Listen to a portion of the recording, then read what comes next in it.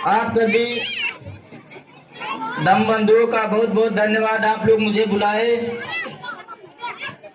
सर्वप्रथम करुणा के सागर भगवान गौतम बुद्ध, बाबा साहब डॉक्टर BR अम्बेडकर, शिक्षा के जनक ज्योतिबा राव फूले, शिक्षा की जननी माँ सावित्रीबाई फूले, जाने अनजाने सभी महापुरुषों को नमन करते हुए आज 6 दिसंबर है, बाबा साहब का महापरिनिर्वाण दिवस मनाने के लिए श्रद्धांजलि कार्यक्रम रखा गया है।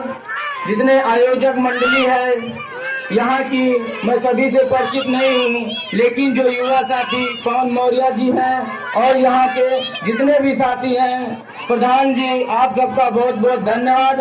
ऐसे कार्यक्रम आप लोग लगातार हमने सुनने में आया है कि कई वर्षों से आप लोग करते आ रहे हैं। आप सबका इस बाबा साहब के मिशन को आगे बढ़ाने के लिए, समाज की जागरूकता के लिए आप लोगों ने जो काम किया है, ये हम लोगों को, हमारे समाज को सीखने के लिए, और जितने भी साथी जो दूर दूर से आए हुए हैं, आप लोगों को सीखने को मिला है। आप लोग अपने अपनी जगह पर अपने अपने गाँव में जाइए, अगली बार से भव्य कार्यक्रम करिए, अपने गाँव में बताइए कि जिन बाबा साहब के लिए हम लोग जहाँ भी सीख कर आए हैं, जिन बाबा साहब ने हम आपके लिए अपने प्राणों की आहुति दे दी, आज के ही दिन बाबा साहब अपनी आखिरी सांसें गिनी और उसके बाद हम आपको छोड़कर चले गए, लेकिन उससे पहले अपनी आत्मा को बाबा साहब ने संविधान में रख कर गए कि संविधान की रक्षा यदि हम आप लोग कर लेते हैं तो बाबा साहब हरदम जिंदा रहेंगे, हमारे बीच में रहेंगे,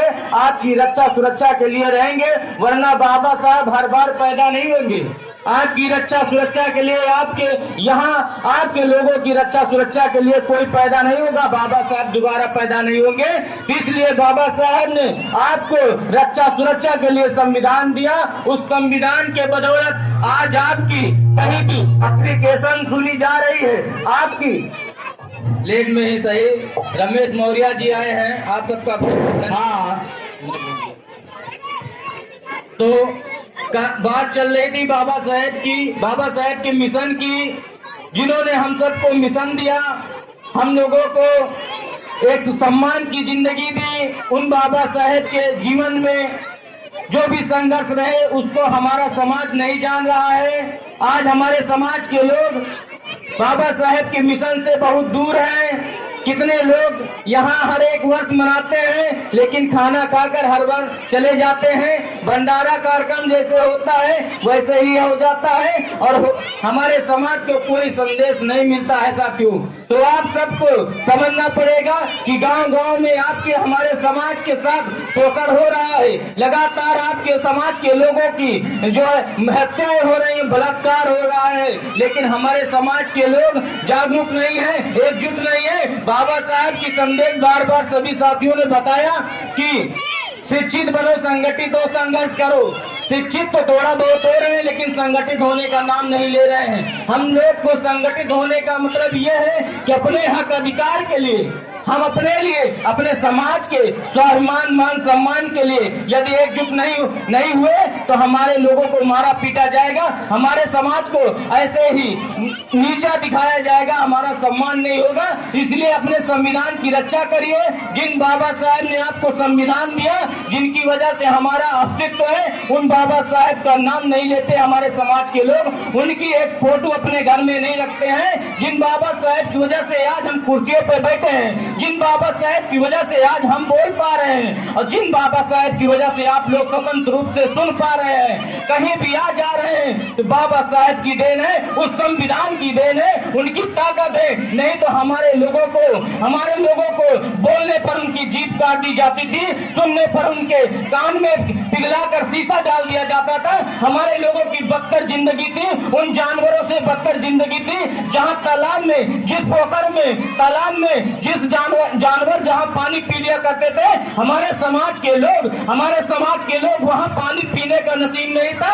उस जानवर जहाँ जानवर मलमूत्र कर दिया करते थे, वहाँ हमारे समाज के लोगों को पानी पीने का हक अधिकार नहीं था। उन बाबा साहब ने हम आपको इतना बड़ा अधिकार दिया, आज आरओ का पानी पीजिए या कहीं टेबल का, कहीं नल का, कहीं किसका, किसी चीज का भी पानी पीजिए, कोई रोकने वाला टोकने वाला नहीं है। लेकिन इसका देन बाबा साहब के संविधान की देन है। उस बाबा साहब को हम लोग याद नहीं करते, उनका नाम नहीं लेते, उनके संघर्षों को जानते नहीं है। ये हमारे लोगों की भूल है। जब लगातार जैसे इलाहाबाद है, अन्य अन्य घटनाओं में हमने देखा है कि चार लोगों की हत्याएं हो गई, उसकी बेटी का बलात्कार हो गया। आप लोग सोचिए, आपके समाज के साथ लगातार हत्याएं हो रही है, लूट हो रहा है, मारपीट हो रही है, आपकी बहन बेटियों के साथ दुराचार हो रहा है, लेकिन हम लोग, आप लोग किसी प्रकार से कहीं भी हम लोग सुरक्षित नहीं है। यहाँ के शासन प्रशासन हमारे लोगों के अगेंस्ट में काम कर रही है, लेकिन हमारे समाज के लोग जाग नहीं रहे हैं। हमारे समाज के लोगों की आंखें नहीं खुली है। हमारे समाज के साथ शोषण लगातार हो रहा है, हम लोग जान भी रहे हैं, लेकिन हम लोग कहीं न कहीं से वही जान रहे हैं कि हो रहा है, दूसरे के साथ हो रहा है। मुर्गियों की तरह हाल हमारा है कि एक एक को काटा जाता है, दूसरा दाना चुगा करता है। इसी तरह हमारे समाज की दुर्दशा रही तो हम लोग ऐसे ही मारे पीटे जाएंगे, हमारी बहन बेटियों की इज्जत लूटी जाएगी, हम आप लोग बोल नहीं पाएंगे, हम लोग असहाय होंगे, क्योंकि शासन प्रशासन में बैठे लोग हमारे हितैषी नहीं है। हमारे समाज के ऊपर शोषण हो रहा है, हम लोग देख रहे हैं, और ऐसे ताकते रहे तो हमारे लोगों का खात्मा हो जाएगा। आप लोगों को समझना पड़ेगा कि आपके लोग, आपके पुरखे पहले राजे रजवाड़े हुआ करते थे, आपका मौर्य वंश था, आपके 10-10 राजा हुए, उसके बाद आपकी स्थिति परिस्थिति कैसे बदल गई।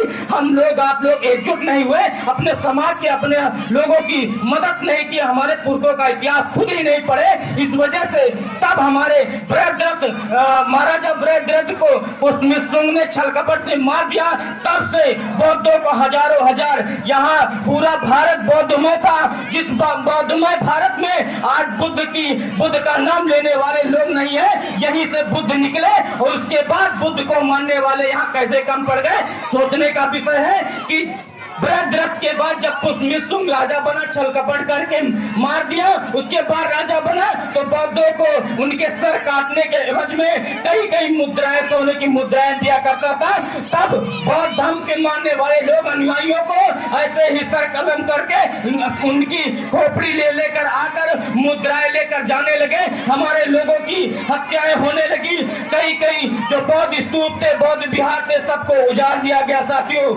तब आपके शासन था, तब आपको मारा पीटा गया, आपकी सत्ता छीन ली गई छल कपट से।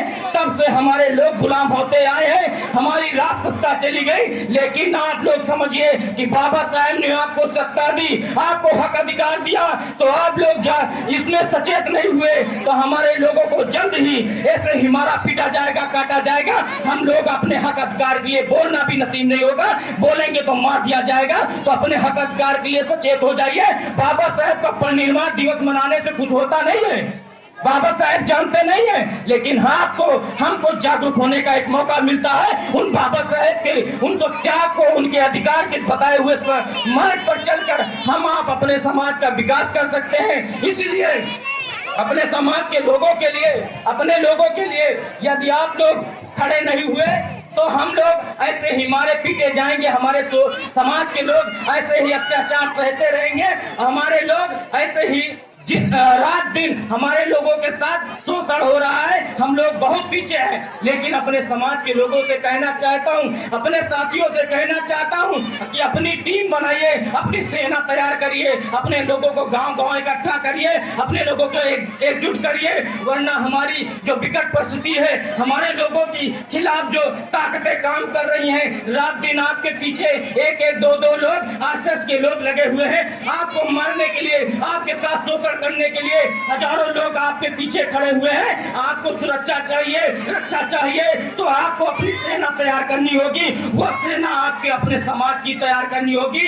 पुलिस प्रशासन आपकी रक्षा सुरक्षा नहीं कर सकता साथियों। इसलिए आप लोग जितने भी ज्यादा हो सके अपने साथियों को तैयार करिए, गांव-गांव तैयार करिए। मनवादी विचारधारा से चल रही जो ताकतें हैं उनको यदि नस्ते नाबूद करना है तो अपनी ताकत को बढ़ाना होगा, अपनी ताकत को बढ़ाना होगा। उन लोगों से, उन मनवादियों से मेरा एक कहना है कि तू सताकर देख ले जालिम, तू सताकर देख ले जालिम, तेरी ताकत जहां तक है हम भी देखते हैं तेरे अत्याचारों की सरहद कहां तक है, हम भी देखते हैं तेरे अत्याचारों की सरहद कहां तक है। हम भी बाबा साहेब के सपनों को पूरा करके रहेंगे। अरे रोक सके तो रोक ले और लगा ले अपनी ताकत, तेरी ताकत जहां तक है।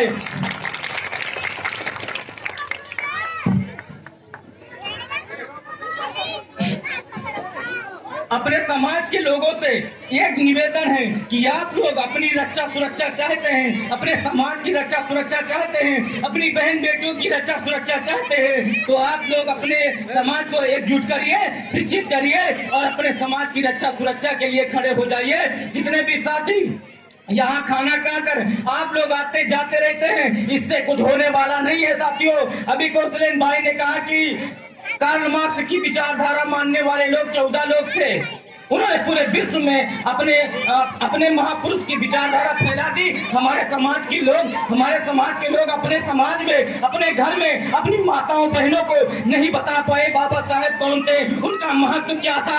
नौकरी में चले गए, एसपीडीएम बन गए, राष्ट्रपति बन गए, लेकिन हमारे समाज के लोग ये नहीं बताए किसकी वजह से बन गए हम लोग, किसकी वजह से आज हमको हक अधिकार है, किसकी वजह से हम आप लोग आज स्वतंत्रता से बोल पा रहे हैं, कहीं आ जा पा रहे हैं। इसके आप बताइए 1950 के पहले जब संविधान लागू नहीं था तो हमारे लोग कितने लोग राष्ट्रपति थे, हमारे लोग कितने लोग, हमारे समाज के लोग कितने राजा थे? नहीं थे। हम लोग गुलाम थे, हम लोग उन्हीं मनवादियों के गुलाम थे, उन सत्ताधारियों के गुलाम थे। लेकिन हमारे समाज के लोगों को हक अधिकार 1950 के बाद जब बाबा साहब ने संविधान दिया, पूरे भारत में लागू हुआ, तब हमारे समाज के लोग कर्मचारी से, अधिकारी से लेकर राष्ट्रपति, प्रधानमंत्री तक हमारे समाज के लोग SC/BC के लोग बनने लगे। तब हमको समझना पड़ेगा कि बाबा साहेब की बदौलत हम आपको सत्ता मिली है।